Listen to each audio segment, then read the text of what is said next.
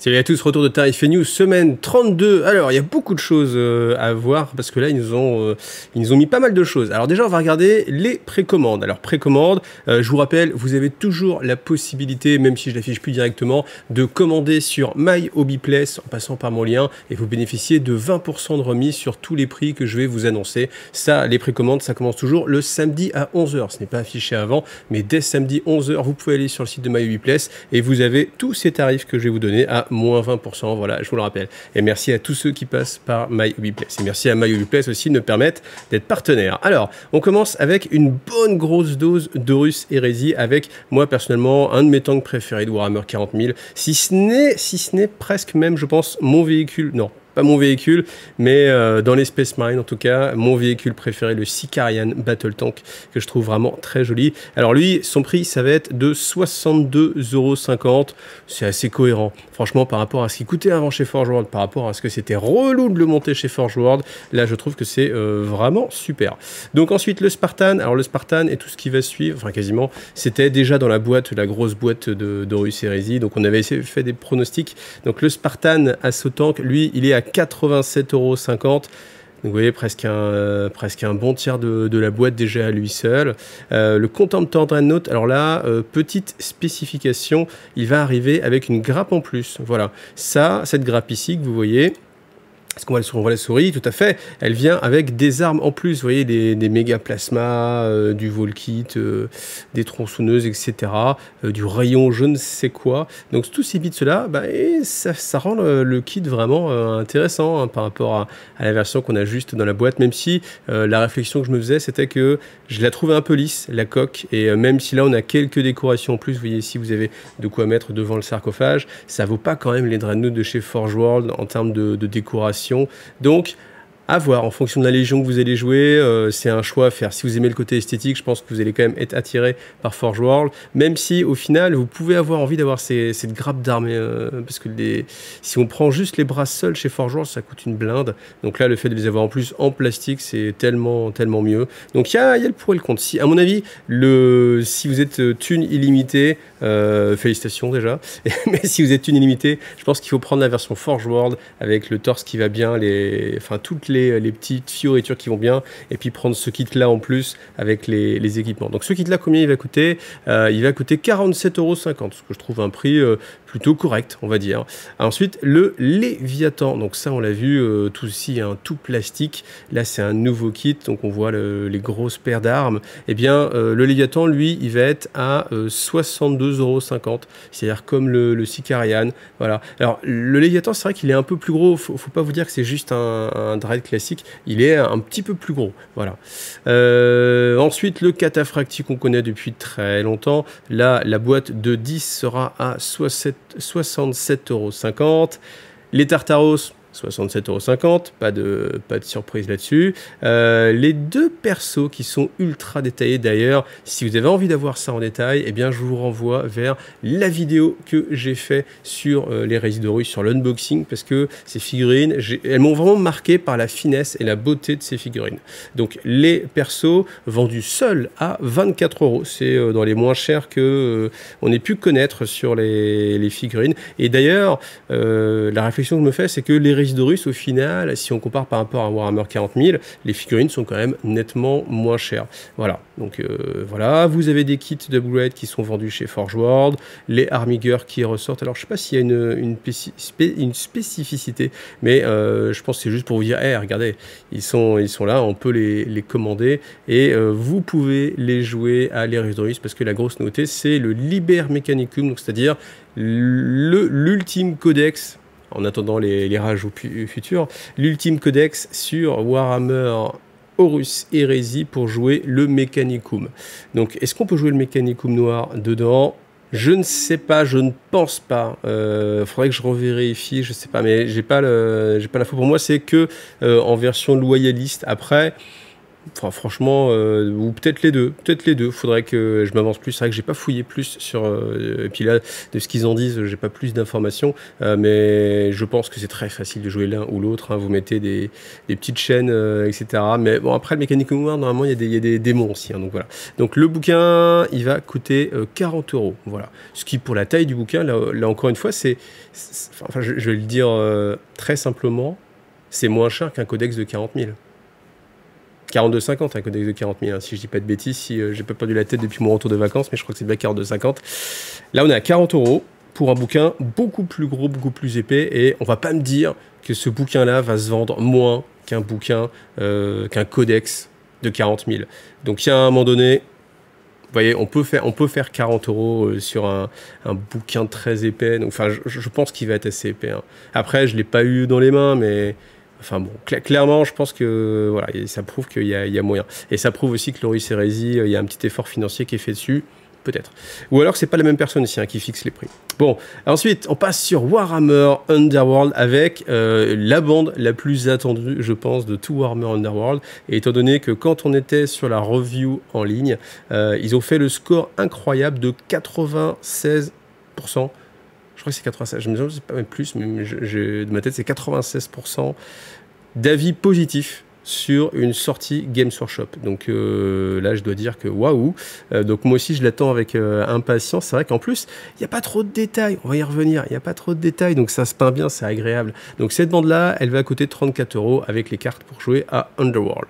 Ensuite, pour Blood Bowl, donc on a tout plein de choses, hein, comme d'habitude, le terrain, les cartes, etc. Donc on a le terrain 40 €, les petits dés 14,50 € et puis les cartes à 22,50 €.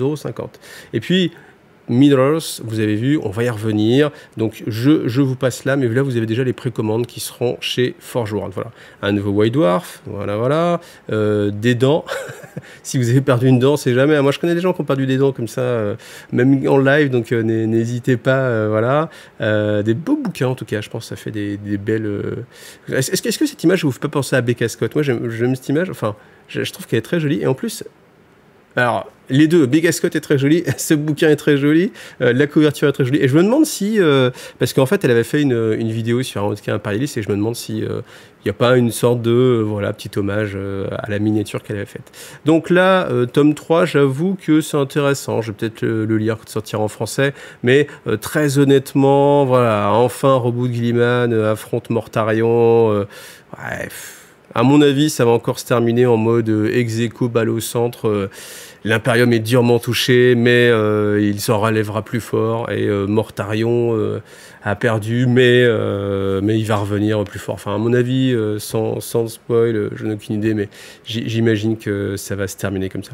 Alors quand même, on est quand même sur un affrontement, ils sont tous les deux là. Et puis, voilà, Warhammer Community...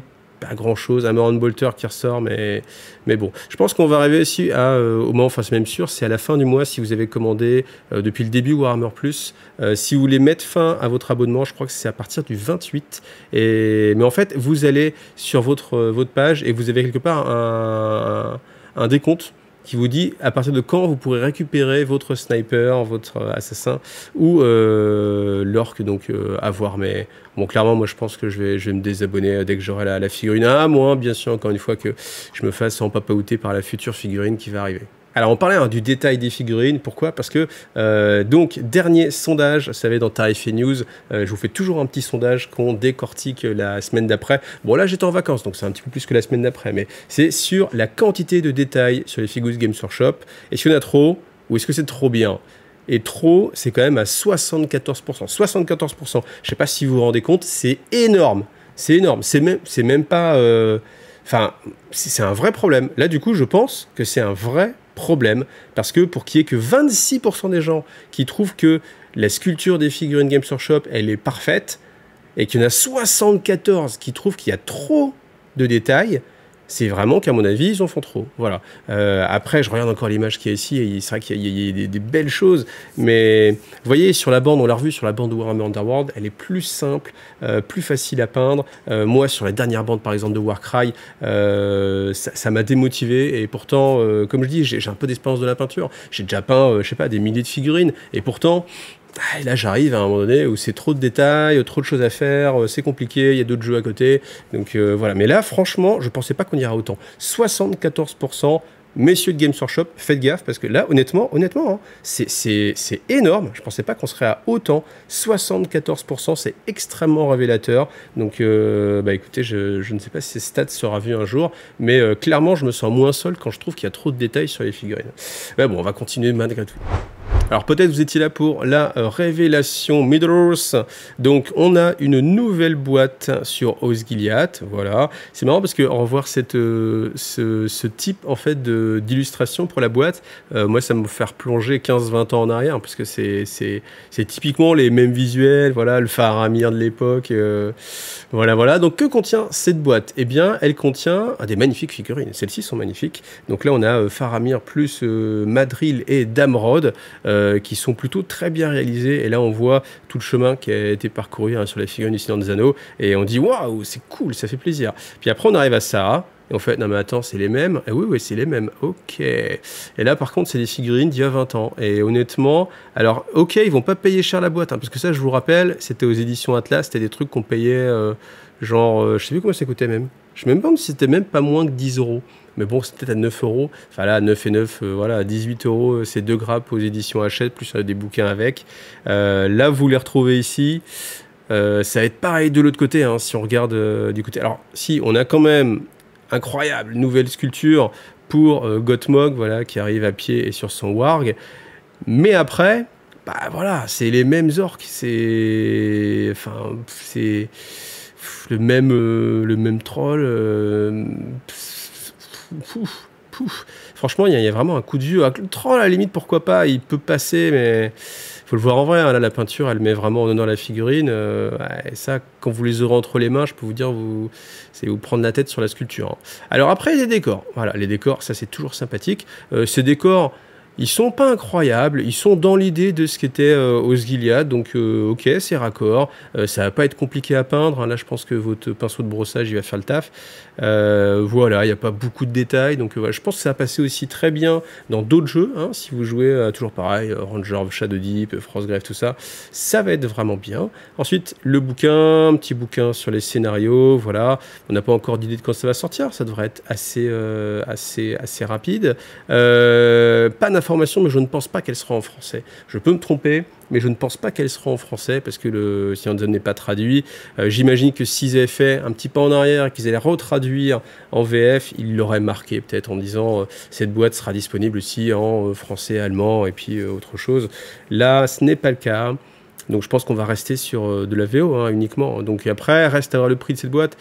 J'espère qu'elle ne va pas s'envoler, j'espère qu'elle ne va pas être trop chère. Honnêtement, allez, comme ça, la vue de nez, 120 balles. Ça va coûter plus, mais il ne faudrait pas. Parce que ce qui est vraiment intéressant, c'est un bouquin, mais ce bouquin, ça vaudrait 40 euros.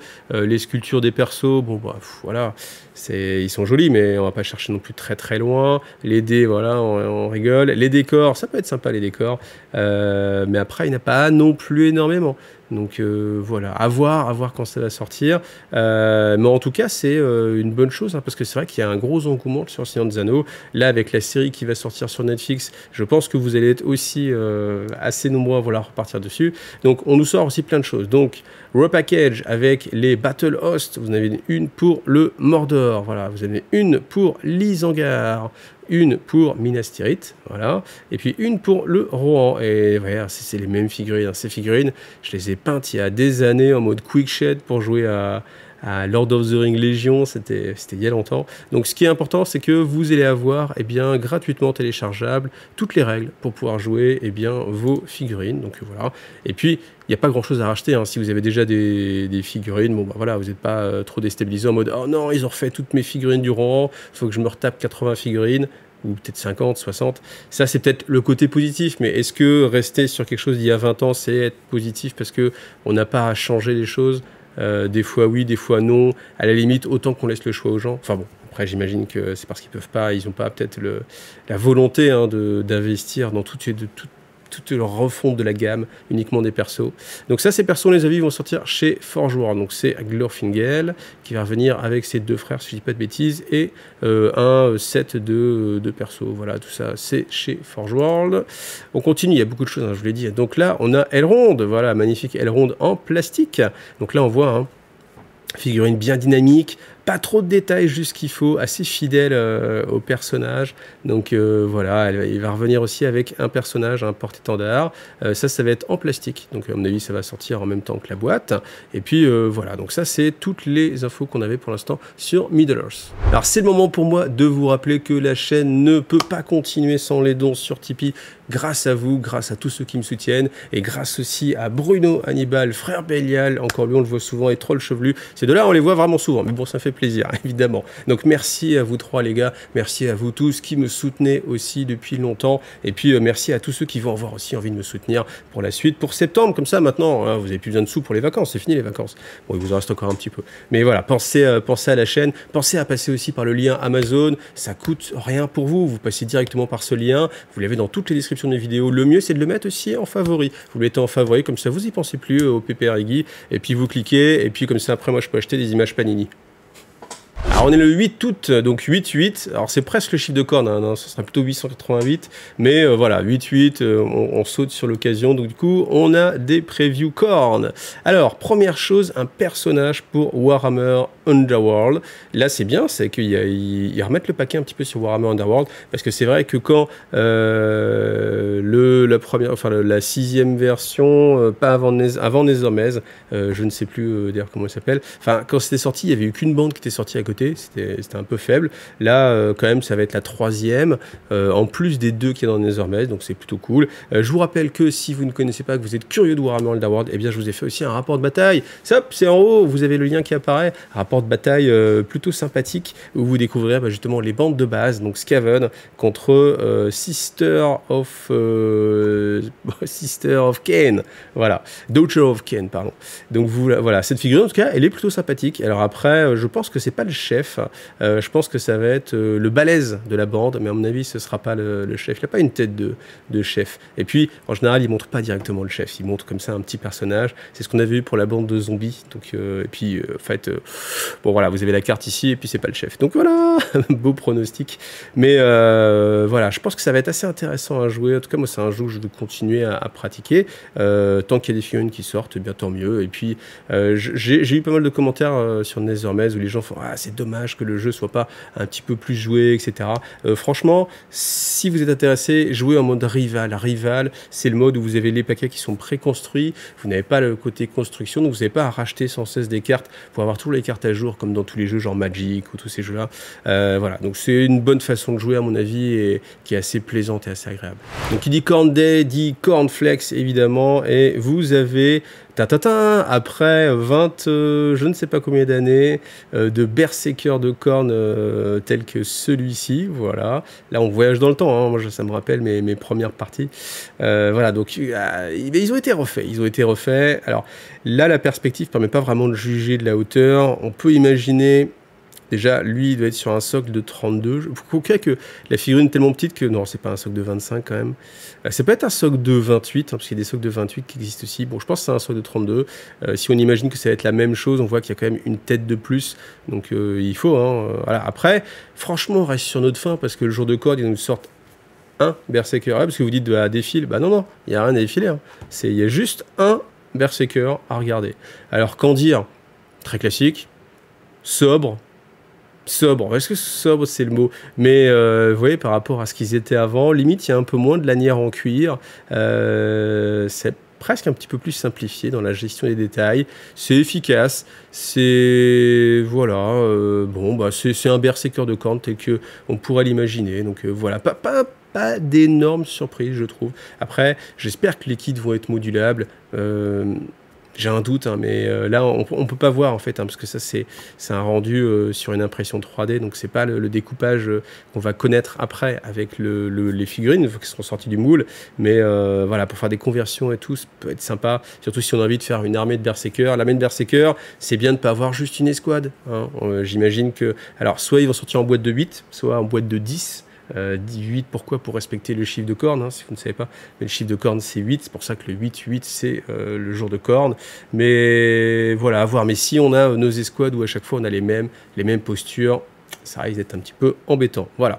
En tout cas, merci à vous d'avoir vu cette Tarif News. Il y a quand même pas mal de choses. Je vous donne rendez-vous demain soir en live. Et sans doute que cette semaine, je ferai pas mal de live sur Twitch pour peindre les décors de Warcry. Voilà. Donc, n'hésitez pas à vous tenir au courant via Facebook. N'hésitez pas à vous tenir au courant aussi via l'onglet communauté de la chaîne. Et puis, merci à vous tous encore une fois. Et à bientôt. Allez, salut à tous.